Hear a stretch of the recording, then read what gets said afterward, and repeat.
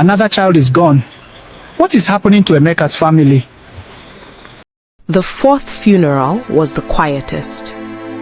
No neighbors brought food. No elders offered prayers.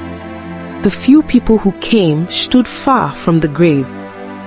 They did not look at the small body being lowered into the ground. They looked at Nkechi. The way you look at someone you no longer know how to help. The way you look at someone you are also a little afraid of. Nkechi did not cry. She had run out of tears after the second burial. Now she just watched and waited, because she already knew what was coming. 3 months, maybe 4. Then she would be pregnant again. Then the child would arrive. Then the mark would be there, beneath the left shoulder, small, moon-shaped, like a fingernail pressed into skin, and everything would start again. It had all started many years earlier with a boy named Chidi. He died before his second birthday. A fever came suddenly. By morning he was gone. The whole village came to that first burial. People cried with the young couple. Neighbors brought food. Elders said prayers. Everyone told Nkechi the same thing. You are young. You will have another child. Nkechi hated those words. She did not want another child. She wanted Chidi. 3 months after the burial, she found out she was pregnant again. The news did not make her happy. She spent most nights lying awake, staring at the ceiling, afraid to hope, afraid to love another child only to lose them. When the baby came, it was a girl. They named her Ada. The midwife froze. The moment she cleaned the baby, she slowly turned the baby around. There, beneath the left shoulder, was a small moon-shaped mark. The same mark Chidi had carried. The room went silent. Nobody spoke. Nobody knew what to say. Nkechi's husband laughed nervously and said it was just a birthmark. The midwife nodded, but nobody looked like they believed it. Ada lived longer than Chidi. She reached 3 years old. Then one afternoon, the fever came again. The healer was called. Prayers were said. Herbs were prepared. Nothing worked. Just before sunrise, Ada opened her eyes. She looked directly at her mother. Then she smiled. A strange smile. A calm smile. The smile of someone who already knew what was about to happen. Nkechi leaned close and called her daughter's name. The little girl slowly turned her head toward her mother's voice. Then she said one word. Mama. Nkechi held her hand and told her she was right there. The little girl squeezed her fingers. Then she whispered something. She said she would come back. Those were the last words she ever spoke. After Ada died, the village stopped pretending. The whispers became words. The words became a name. Ogbanje. The elders told the family to find a dibia. So they did. The old man came one evening and sat with Nkechi and her husband Oguchuku for a long time. He asked careful questions about both children. The mark beneath the shoulder, the pattern of dying, the words Ada spoke before she died. Everything. When they finished, the dibia spoke plainly. He said this was an Ogbanje, a spirit that enters a family through a child, lives among them, and then dies and comes back again and again through every new pregnancy.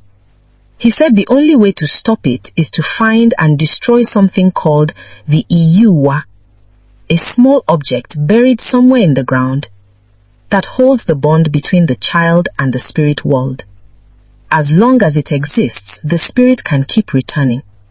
Destroy it, and the cycle ends for good. Nkechi asked where it was buried. The dibia told her that was the hard part. He said only the child's own heart can lead him to it. When the child begins to want to stay in this world more than it wants to return to the spirit world, That is when the Iyuwa can be found. He looked at Nkechi and her husband Uguchuko. Then he told them to love very well every child that came, because that love is the only thing that can turn a child's heart away from where it came from. Then he told them he would begin the search for the Iyuwa when the next child is born. Months later, Nkechi became pregnant again. The third child came. A girl they named Oluchi. She had the mark beneath the left shoulder like all the rest, but she stayed longer than the others. She reached her 4th birthday, then her 5th, and Nkechi began to breathe again. Not fully, but a little. Oluchi was the kind of child who filled a room without trying. She laughed easily. She asked questions about everything. She followed her mother from room to room just to stay close to her. One afternoon, she climbed into Nkechi's lap while she was resting. She put both of her small hands on her mother's face and told her she had the most beautiful eyes in the whole village. Nkechi laughed for the first time in years, a real laugh, the kind that comes from somewhere deep inside. That evening, she told her husband that maybe this time was different. Maybe this one would stay. Maybe she could help reveal where the Iyuwa was buried. He did not answer, but she could see it in his face. He was hoping too. Oluchi died 1 month after her 5th birthday. The fever came in the night. By morning, she could not open her eyes. By afternoon, she was gone. There was no last word, no final whisper. She simply stopped breathing, and the room went very quiet. Nkechi did not cry at that burial. She just stood beside the small pile of earth and felt something go still inside her. Not numb, still. The way a place feels after something has been taken from it and will never come back. The Idibia had searched for the Iyuwa before Oluchi died. He searched everywhere the child wandered, but the earth revealed nothing. He said the child's heart had not turned yet. Then the 4th child came. He carried the mark too. He lived only 2 years. And when he died, the village stopped counting. The grief had become too familiar for anyone to speak about anymore. Months later, Nkechi was pregnant again. The 5th child arrived. It was a girl. They named her Amara. And beneath her left shoulder sat the same moon-shaped mark. Amara was different from the beginning. Not because she said strange things, not because she knew things she should not know, because she carried a sadness no child should have ever known. It was the kind of sadness that made adults fall silent whenever they looked into her eyes. She had lived much longer than any of the children before her. She was now 12 years old. One evening, her mother found her sitting alone beneath the African star apple tree, which the villagers called Udala, just outside their compound, watching the sun go down. The sky above the village was turning orange. Nkechi sat beside her. Neither of them spoke for a while. Then Amara broke the silence.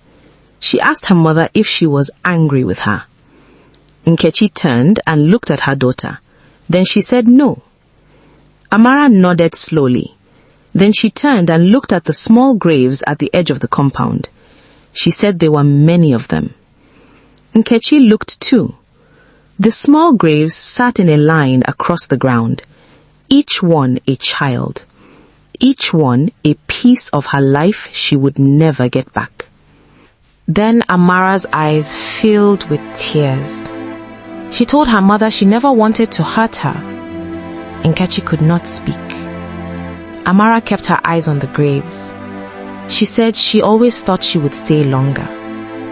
For a moment, everything around them went quiet. No birds, no wind, no sound. Just the two of them sitting beneath that tree. Then Amara spoke softly. She said that before she came into this world, she made a promise. Nkechi asked her what kind of promise. She said she promised to go back, to return to where she came from, no matter what. Nkechi asked who she made that promise to. Amara said, her friends, the ones waiting for her on the other side. That answer sent a cold feeling through her mother. Nkechi sat very still. Then Amara wiped her eyes and said something her mother would never forget. She said that every time she left, she missed her mother, and that this time she did not want to go back. Her voice broke on those last words, and that was the moment Nkechi finally broke too. She had not truly cried in a long time, but she cried now. Not because she was afraid, because she understood something for the first time. All this time she had been thinking about her own pain, her own sadness, her own tiredness. She had never once stopped to think about what the child was going through. The child was not coming back to hurt her. The child was trapped, caught between two worlds, and the child was hurting too. The next morning, the dibia was called. The old man listened to everything without saying a word. When Nkechi finished, he sat quietly for a moment. Then he said 3 words, "It is time."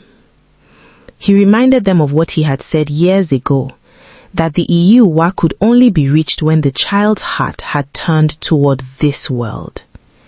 He said what Amara told her mother under that tree was exactly that. The child's heart was turning. If they moved now, there was a real chance. He asked to speak with Amara alone. The family waited outside. Nobody knows exactly what was said in that room, but after a long time, those waiting outside heard the girl crying. Not the quiet tears of sadness, something deeper, something that sounded like letting go. When the dibia came out, his face was calm. He walked slowly around the compound and then stopped. He looked at the ground near the base of the old udala tree. He did not say anything for a moment. Then something shifted in his face. A stillness came over him. The kind of stillness that tells you something serious is happening, even if you cannot see it. He pointed at the ground and told them to dig. One man picked up a shovel and dug carefully at the spot. Minutes passed, then the shovel hit something hard beneath the earth. They cleared the soil away slowly. A small clay pot came up from the ground. The dibia knelt beside it. Inside the clay pot were cowrie shells, small beads, and a piece of old cloth folded very small. He did not touch them immediately. He stayed very still. Then he closed his eyes, and when he opened them, something in his face had changed. He nodded once, quietly, the way someone nods when they have just confirmed something they already knew in their minds. This was the Iyuwa, the bond that had pulled one child back to the same family again and again. He destroyed it before the sun went down. Nobody celebrated, nobody smiled, because nobody knew what would happen next. The village waited. Days passed, then weeks, then months. Amara stayed healthy. For the first time in many years, the fear that had lived inside that family began to loosen its hold. Then, one evening, as the sun went down, Amara came and sat beside her mother under the udala tree, the same tree where they had talked before. She leaned her head on her mother's shoulder and smiled. A peaceful smile, the smile of someone who had finally put down something heavy. For a moment, Amara spoke quietly. She asked her mother if she thought they would be angry. Nkechi asked her who she meant. The girl said her friends. Her mother pulled her close and held her, then said honestly that she did not know. And for the first time in many years, Nkechi looked at her daughter and saw a future instead of another funeral.